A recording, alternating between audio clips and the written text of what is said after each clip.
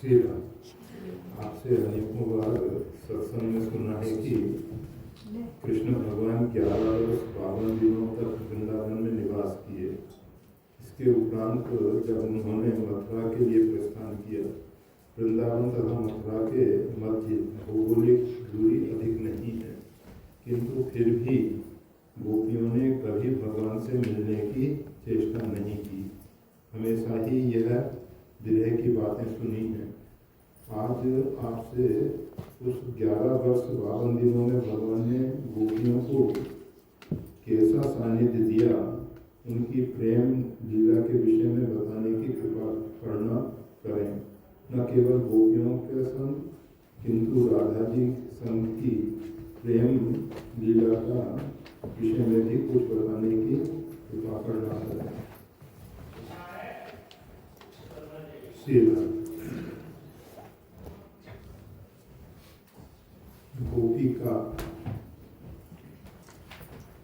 गोपियों के विषय में अनेक प्रकार की चर्चा की जाती है। वेदों की जो ऋचाएं हैं वो सब गोपिकाओं के रूप में अवतरित हुई। भगवान श्री राम त्रेता में जो लीलाएं किए हैं, उसका जो कुछ शेष भाग रह गया था, कहा जाता है कि भगवान श्री राम ने चित्रकूट में 12 वर्ष तक निवास किया है और उसमें दिव्य भगवान की लीलाएं हुई हैं। उनको गोपित रखा गया है। उसके उपरांत कुछ लीला कुछ कारणवश अपूर्ण रह गई थी, तो उनको द्वापर में आके पूर्ण किया गया।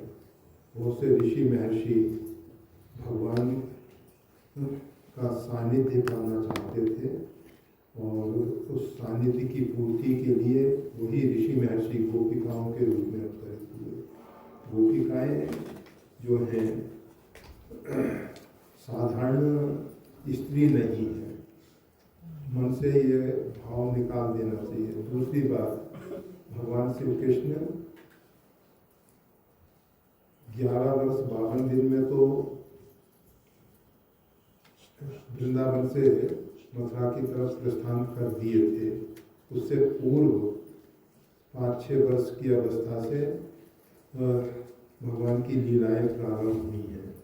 तो इतनी अल्प आयु में, और जैसे जैसे योग प्रमाण से आयु घटती है, उस प्रकार से अल्प आयु में भी कुछ बहुत सी बातें देखने को मिलती हैं। परंतु भगवान श्री कृष्ण द्वापर में प्रकट हुए हैं और द्वापर के हिसाब से उनकी जो आयु, तो उसमें 6 वर्ष की अवस्था के बच्चे किस प्रकार की लीलाएं कर सकते हैं, वो कल्पना से बाहर है। परंतु लोगों ने अपने अंदर के मनोभाव को भगवान और भगवान के प्रेमी भक्तों के जीवन में आरोपित कर दिया गया है। वो यथार्थ नहीं है, वो यथार्थ नहीं है।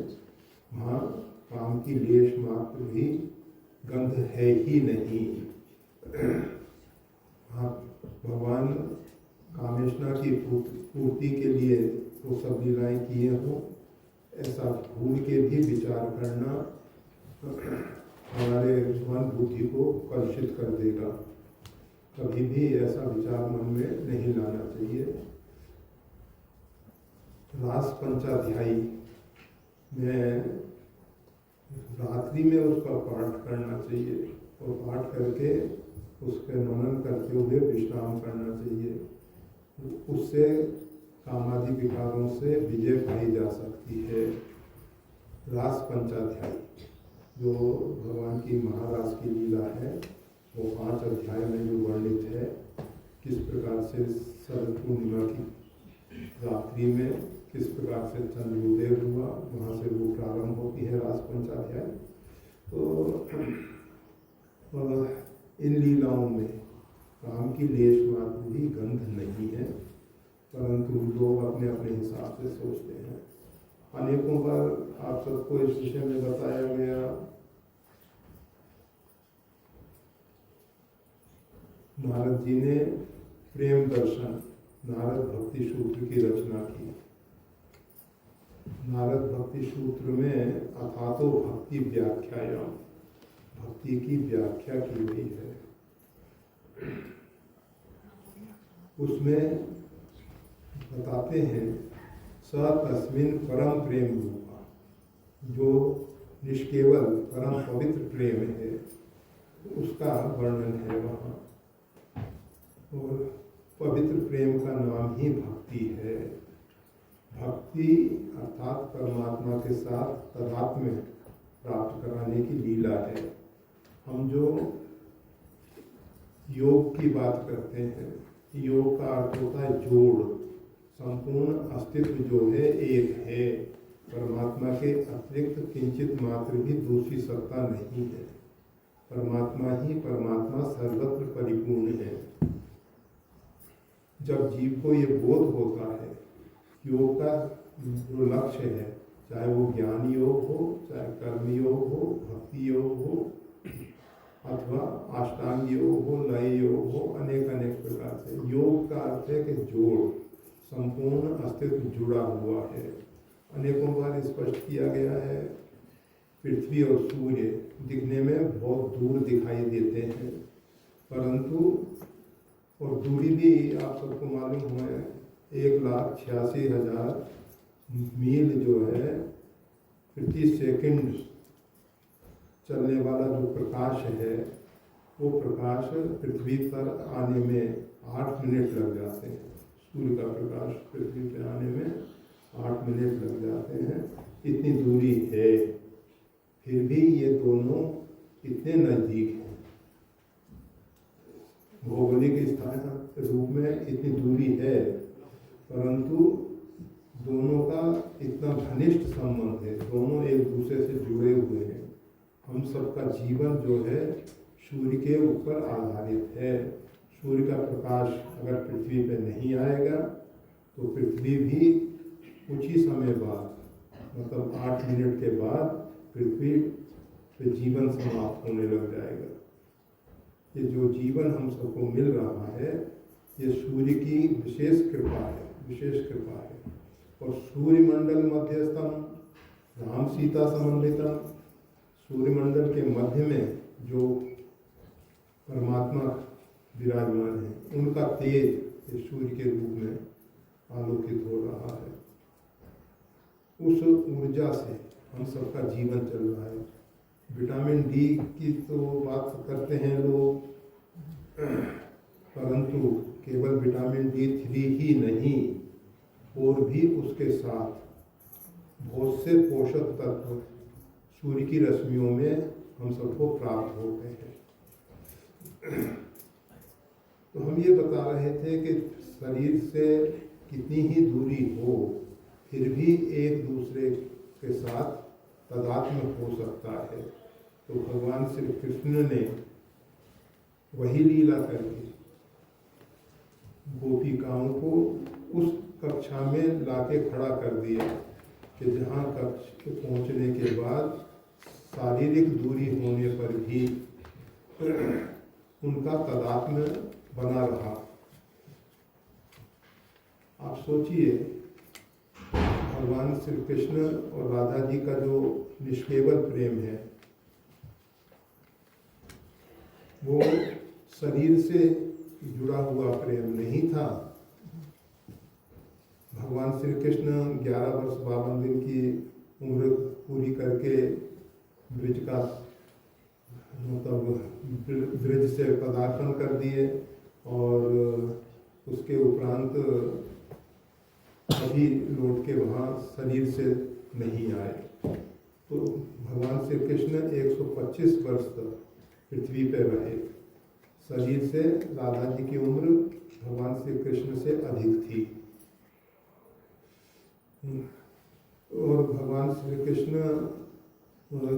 इतनी दूरी पर रहते हुए भी राधा जी किस स्थिति में जीवन लीला पूरी करती हैं, उस सबको समझने के लिए भूमंडल पे चैतन्य महाप्रभु का अवतार हुआ।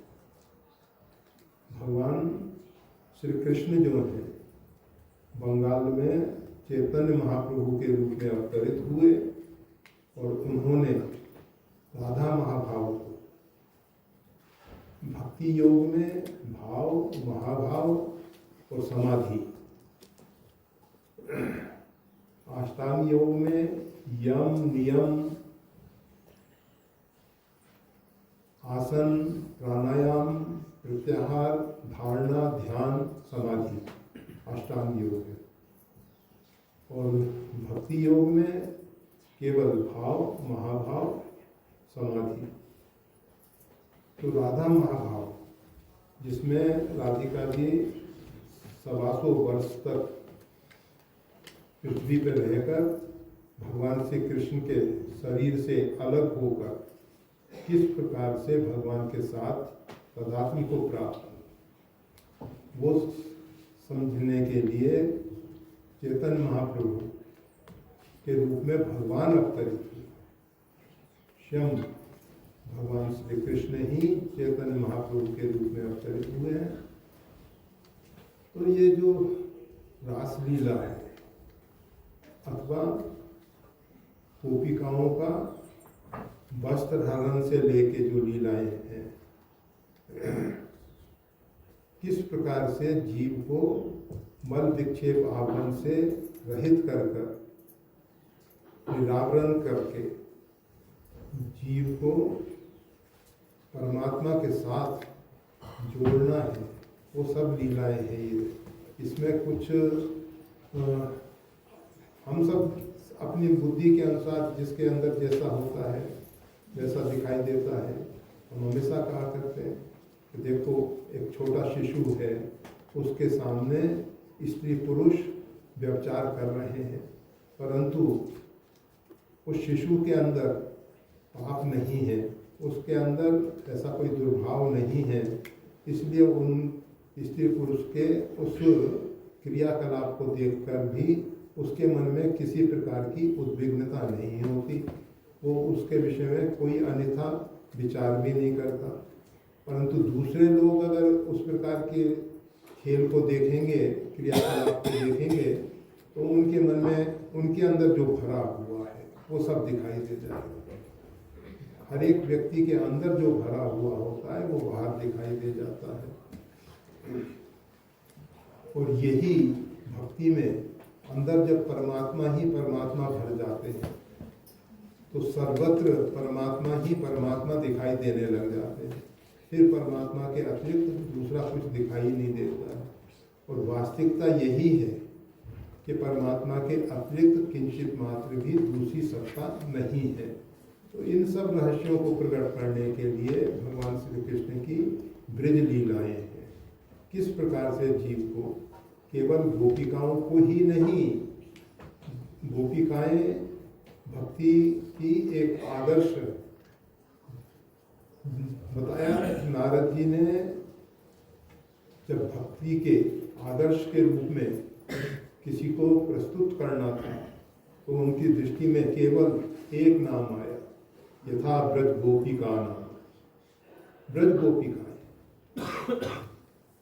एक आदर्श है, प्रेम की आदर्श है, भक्ति की आदर्श है। वो आदर्श हम अपने सामने रख के भक्ति मार्ग में आगे बढ़ सकते हैं। इस बारंबार कहना पड़ रहा है, भगवान श्री कृष्ण 11 वर्ष 52 दिन के उपरांत ब्रज में क्यों नहीं आए। भगवान श्री कृष्ण बताना चाहते थे कि मेरा भक्त किस प्रकार से मेरे को अपने अंदर बाहर सब जगह पा सकता है। भगवान श्री राम ने जब वानर भगवान श्री राम से अलग नहीं होना चाह रहे थे तो भगवान ने उनको एक आदेश दिया, सदा सर्वगत सर्व, मतलब मेरे को हमेशा काल से परे सदा, मतलब हमेशा काल से भगवान कालातीत हैं, काल से परे हैं।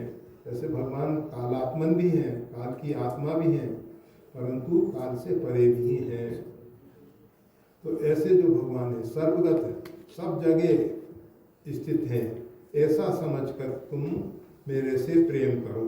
अभी तक तुमने मेरे साथ रह के, जब जीव अपना पूर्ण रूपेण परमात्मा के लिए समर्पण कर देता है, बानरों ने, दीक्ष और बानरों ने भगवान के लिए पूर्ण रूपेण समर्पण किया है। आप देखिए, भगवती सीता की प्राप्ति के लिए राम रावण युद्ध में उन्होंने पूर्ण रूपेण शरीर को दांव पे रख के रावण के साथ युद्ध किया है, जबकि रावण और राक्षसों के पास काफी दिव्यास्त्र थे और इनके पास नख आयुध गिरिपादधारी, नख गिरी पर्वतों की शिलाएं, पर्वत, पत्थर, और पादप वृक्ष इत्यादि, बस यही इनके आयुध थे। और इन आयुधों से उन्होंने, उनके पास तो जो दिव्यास्त्र थे, जैसे मेघनाद इत्यादि के पास और बहुत से राक्षसों के पास आसुरी माया के द्वारा बहुत कुछ शक्ति थी, परंतु उन सब बानरों ने उनसे टक्कर ली। जीव जब संपूर्ण रूपेण परमात्मा के लिए समर्पित हो जाता है, उस समय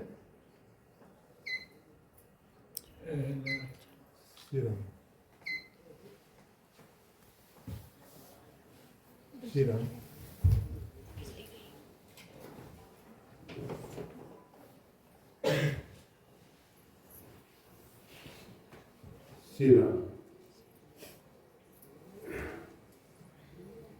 परमात्मा आदिशक्ति के साथ उनको अपना दर्शन देते हैं।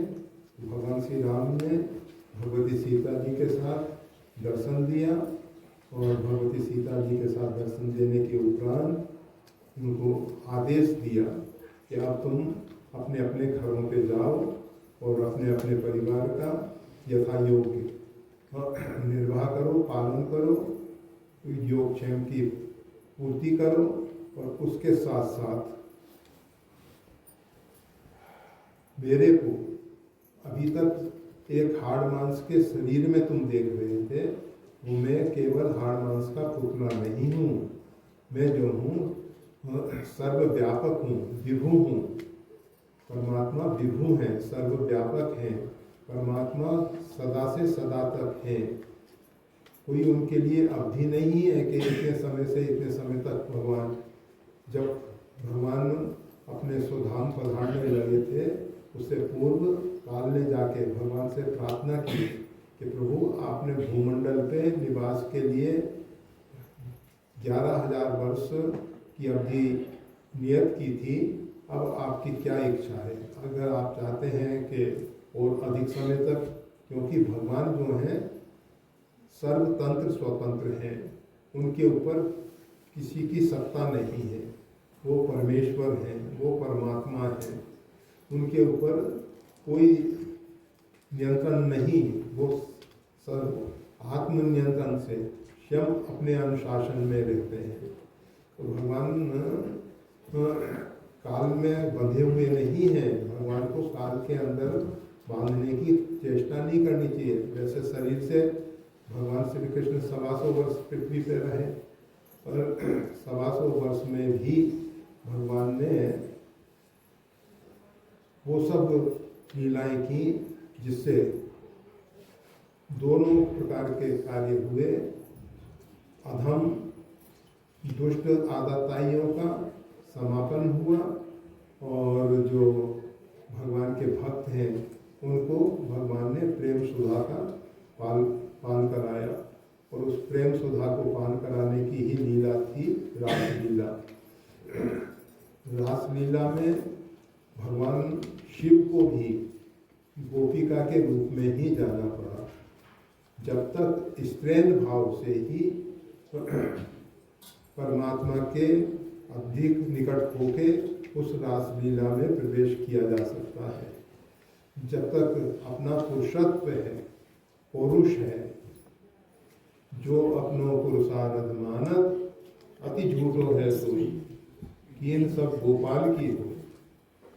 जो कुछ हो रहा है वो परमात्मा का लीला है, परमात्मा का खेल है। जो अपनो पुरुषारथ मानत, जब तक जीव के अंदर पुरुषत्व है, पौरुष है, पुरुष का भाव है, तब तक रास लीला में उसका प्रवेश नहीं होता है। उसका प्रवेश जब होता है जब उसके अंदर से कर्तृत्व अभिमान गलित हो जाता है। जब तक हमारे अंदर कर्तृत्व अभिमान है, हम करता है, तब तक रास लीला में प्रवेश नहीं होता। तो जैसे भगवान के लीलाओं में सखा, गोप, ग्वाल बाल, नित्य प्रति बहुत बड़ा योगदान देते थे। गोपिकाएं तो कम समय के लिए मिल पाती थी, अधिक समय गोप, ग्वाल बाल भगवान के अधिक निकट हैं। भगवान ने उनको ज़्यादा अवसर दिया, परंतु वास्तविकता क्या है? वास्तविकता तो यह है कि गोपिकाओं को जो लाभ मिला वो गोप ग्वाल वालों को नहीं मिल सका, क्योंकि उनका जो पुरुषत्व है, उनके अंदर का जो पौरुष है, वो उसमें बाधक बनता रहा। और जब तक जीव के अंदर इस प्रकार का भाव है, वैसे तो भगवान लिंग भेद से रहित हैं। जब तक हमारे अंदर लिंग का परिचय है कि हम पुरुष हैं, हम ये स्त्री है, ये नपुंसक है, ऐसा, तब तक परमात्मा से हम दूर हैं। परमात्मा से शुद्ध आत्मा का मिलन होता है। वहाँ ये हाड़ मांस का पुतला परमात्मा के साथ नहीं मिलता है। जो आपका शुद्ध स्वरूप है, आत्मा का स्वरूप है, जिस समय आप कर्म के बंधन से मुक्त होते हैं, भगवान के साथ जो लीलाएं होती हैं तो उसमें कर्म बंधन नहीं होता है, क्योंकि जीव अपने शुद्ध स्वरूप से भगवान के साथ तादात्म्य करता है, मिलन होता है। वहाँ मिलन ये हाड़ मांस के पुतलों का नहीं होता है। तो ये जो ब्रज की लीलाएं हैं, ये दिव्य लीलाएं, जो जिनको देखने के लिए देवता जो हैं आकाश में अपने अपने विमानों पे विराजमान थे, तो बड़े बड़े ऋषि महर्षि सिद्ध महापुरुष उन सब लीलाओं को देख रहे थे। किस प्रकार से जीव का परमात्मा के साथ तादात्म्य होता है, वो है रासलीला। रास का रहस्यमय लीलाओं को ही रासलीला कहा जाता है। और दूसरे रसोवेशः, वो जो परमात्मा है, रस स्वरूप है, उस परमात्मा के परमानंद का जो परमामृत है, उसका रसास्वादन कराया गया है। उस रस को उन गोपिकाओं ने पान किया है। उस लीला में जब श्रीमद् भागवत में एक गोपी की बात की गई है, कुछ लोग कहते हैं कि वो राधिका जी थी ही, परंतु भगवान वेद व्यास जो वर्णन कर रहे हैं उसमें एक गोपिका भगवान श्री कृष्ण अपने साथ एकांत में लेके गए। उस गोपिका को अभिमान हो गया कि मैं श्रेष्ठ हूँ, भगवान इन सब को छोड़ के केवल मेरे साथ, बस इतना अभिमान आना था कि भगवान अदृश्य हो गए। और फिर वो भगवान को खोजते हुए सब गोपिकाओं के बीच में आई।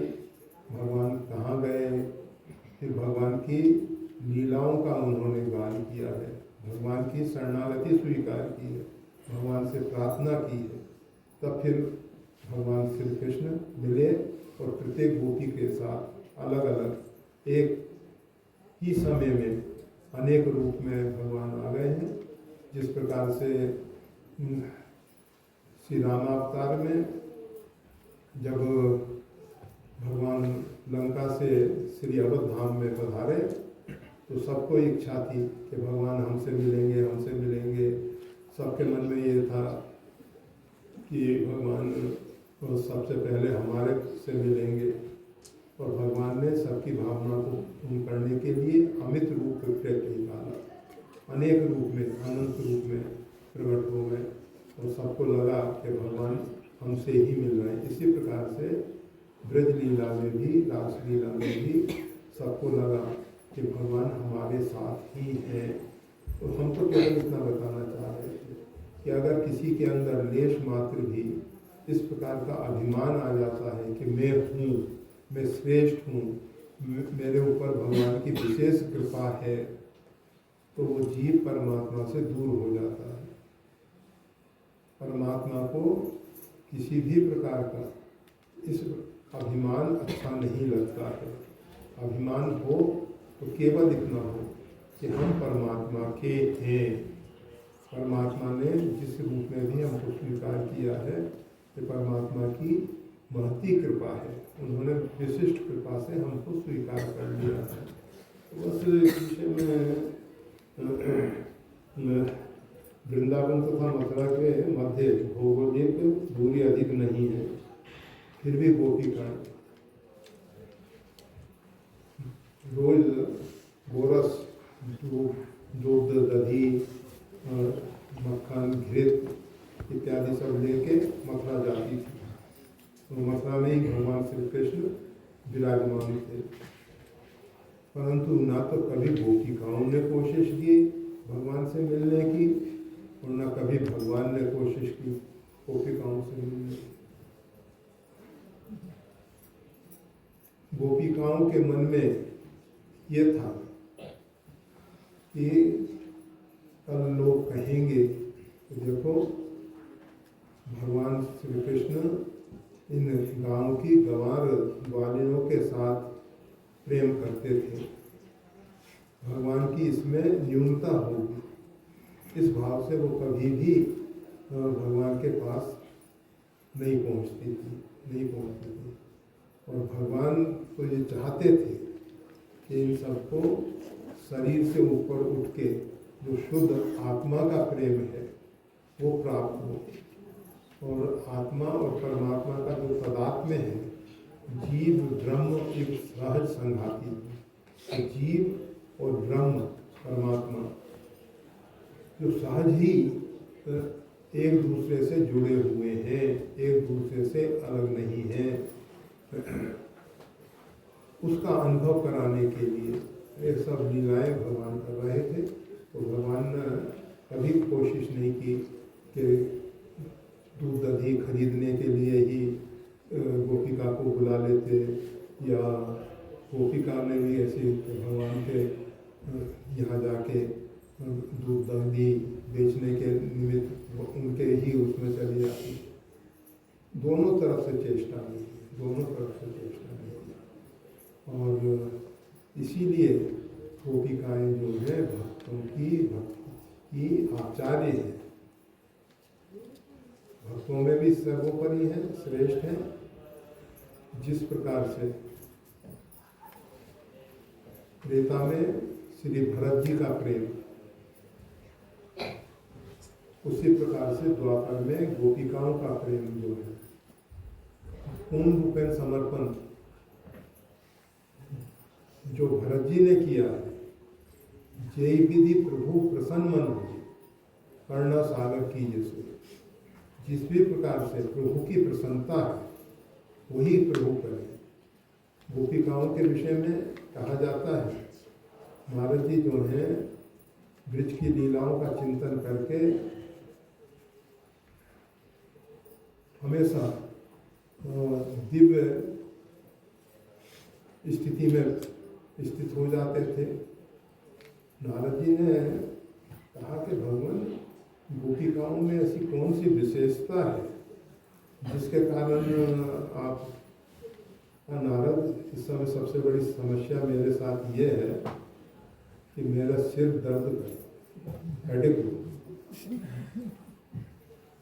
और मैं परेशान हो रहा हूँ और तुम ये ब्रज की लीलाएं और गोपिकाओं की बात कर रहे हो। इस समय तो पहले उपचार की बात करो। नारद ने कहा भगवान आदेश आज्ञा दीजिए, क्या उपचार किया जा सकता, क्या उपचार? अच्छे से अच्छे वैद्य आपके धाम में निवास कर रहे हैं, किस वैद्य को बुलाएं, किसको आपकी सेवा का सौभाग्य प्राप्त होगा। भगवान ने कहा किसी वैद्य की जरूरत नहीं है, हमें तो केवल भक्तों की चरण धूलि की आवश्यकता है। कोई भी भक्त अपनी चरण धूलि हमको दे दे तो हमारा ये सिर दर्द दूर हो जाए। नारद ने कहा अभी लाता हूँ। चले नारद और बड़े बड़े ऋषि महर्षियों के पास पहुँचे। भगवान के जो तथाकथित बहुत बड़े भक्त थे, मंडलेश्वर थे, महामंडलेश्वर थे, भक्ति का प्रचार करने वाले थे, बहुत से प्रवचन करता थे, ऐसे कथाकार और सबके पास नारद गए और सबसे एक ही निवेदन करते थे कि शीघ्रता करो, भगवान को किसी भक्त की चरण धूलि चाहिए। कुछ तो कहते थे कि भगवान को अपने चरण की धूलि दे के क्या हम नरक में जाएंगे।